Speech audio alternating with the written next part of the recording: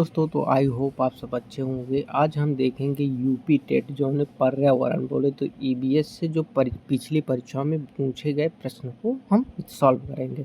तो चिपको आंदोलन के प्रणेता कौन थे? तो इसका सही जवाब होगा सुंदर लाल बहुगुणा यानी चिपको। अब देखिए, सुंदर लाल है, कोई सुंदर है, उसके बहुगुण वाला है, तो लोग क्या करेंगे? चिपकेंगे। ऐसे आप रिलेट करके याद रख सकते हैं। तो इसकी शुरुआत 1973 में हुई थी और ये जो चिपको आंदोलन यानी 1973 में ये उत्तराखंड के चमोली जिले में वर्तमान में स्थित है। इसमें लोग पेड़ों से चिपक कर जाते थे जब काटने।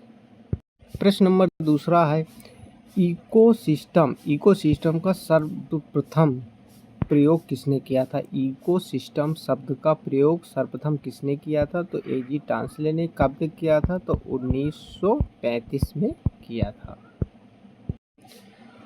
विश्व पर्यावरण दिवस कब मनाया जाता है? तो ये 5 जून को मनाया जाता है। विश्व पर्यावरण संरक्षण के प्रति जागरूकता फैलाने के लिए 1974 से यूएनओ यानी संयुक्त राष्ट्र के द्वारा हर साल को 5 जून को ये दिवस मनाया जाता है।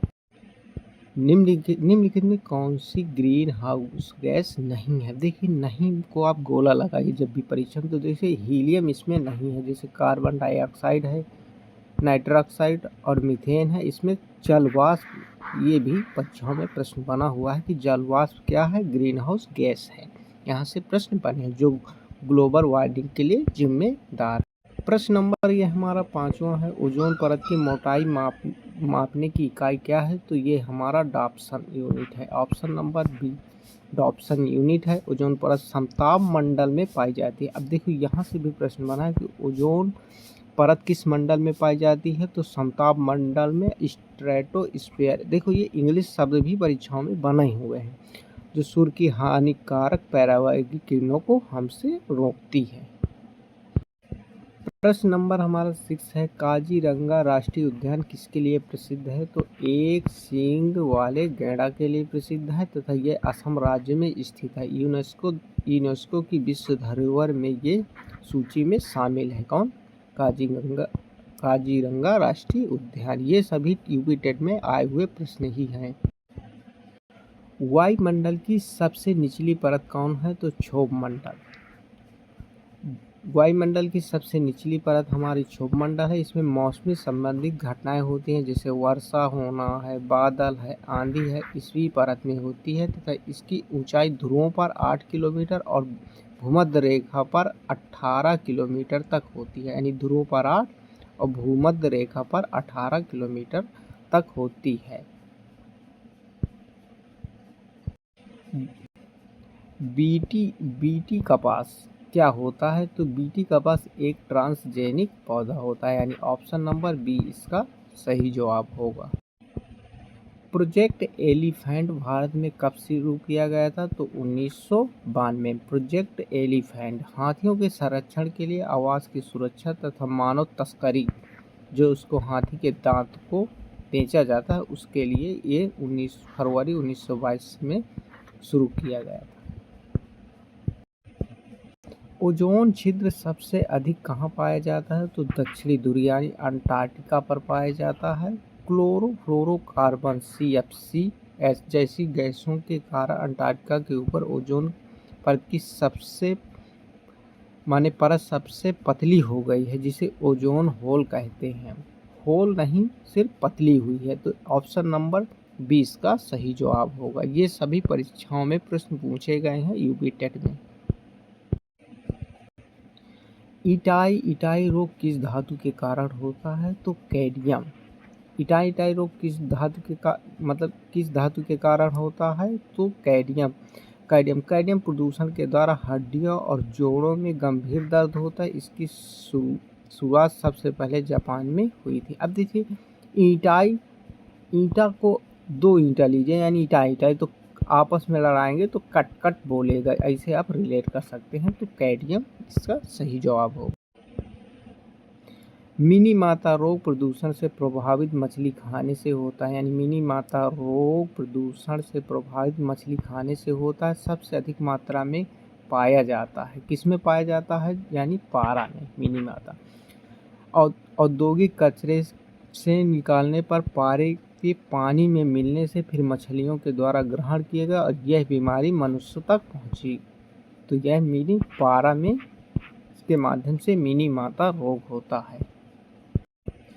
कौन सा वृक्ष पारिस्थितिकी का आतंकवादी माना जाता है? तो यूकेलिप्टस, जिसको हम सफेदा भी कहते हैं। ये पेड़ बहुत अधिक मात्रा में भूजल को सोखता है, जिससे आसपास की जमीन बंजर हो जाती है और इसको सफेदा नाम से भी हम जानते हैं।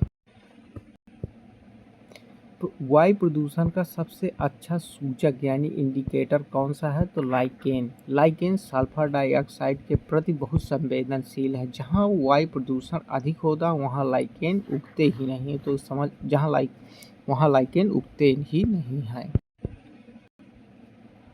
अम्लीय वर्षा बोले तो एसिड रेन मुख्य रूप से कौन सी गैस के लिए जिम्मेदार होते हैं? अम्लीय वर्षा के लिए तो सल्फर डाइऑक्साइड तथा नाइट्रोजन डाइऑक्साइड, ये जब दोनों आपस में मिलकर सल्फ्यूरिक और नाइट्रिक एसिड बनाते हैं जिससे वर्षा होती है, तो अम्लीय वर्षा के लिए जिम्मेदार है sulphur dioxide, nitrogen dioxide. Option number A.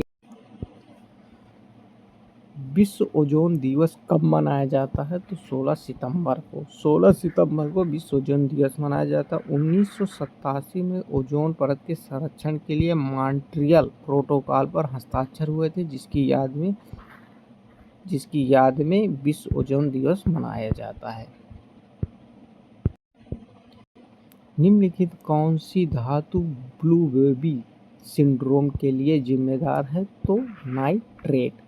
जब पीने के पानी में नाइट्रेट की मात्रा अधिक हो जाती है तो ये बच्चों के खून के हीमोग्लोबिन में मिलकर ऑक्सीजन की आपूर्ति को रोक देता है, जिससे बच्चे का शरीर नीला पड़ जाता है। इसीलिए तो ब्लू बेबी सिंड्रोम किसके कारण होता है? नाइट्रेट के कारण होता है। एलपीजी किसका संक्षिप्त उदाहरण है? तो liquefied petroleum gas. Option number C. इस समय ये प्रश्न सभी को मालूम होगा। एलपीजी रसोई गैस। एलपीजी मुख्य रूप से प्रोपेन और ब्यूटेन गैसों का मिश्रण होता है। यहाँ से भी प्रश्न पूछा गया है कि एलपीजी के गंध में किसके वजह होता है? तो एथिल मार्केप्टन जब मिलाया जाता है तभी एलपीजी में गंध निकलती है, यानी पता चलता है कि गैस का रिसाव हो रहा है। पर्यावरण संरक्षण अधिनियम किस वर्ष पारित किया गया था? इसका जवाब आप कमेंट बॉक्स में दीजिए। यदि आपको प्रश्न और उत्तर अच्छे लगे, यदि प्रश्न आपको अच्छे लगे हों, PYQs हैं, तो हम प्लीज़ चैनल को लाइक एंड सब्सक्राइब कर दीजिए।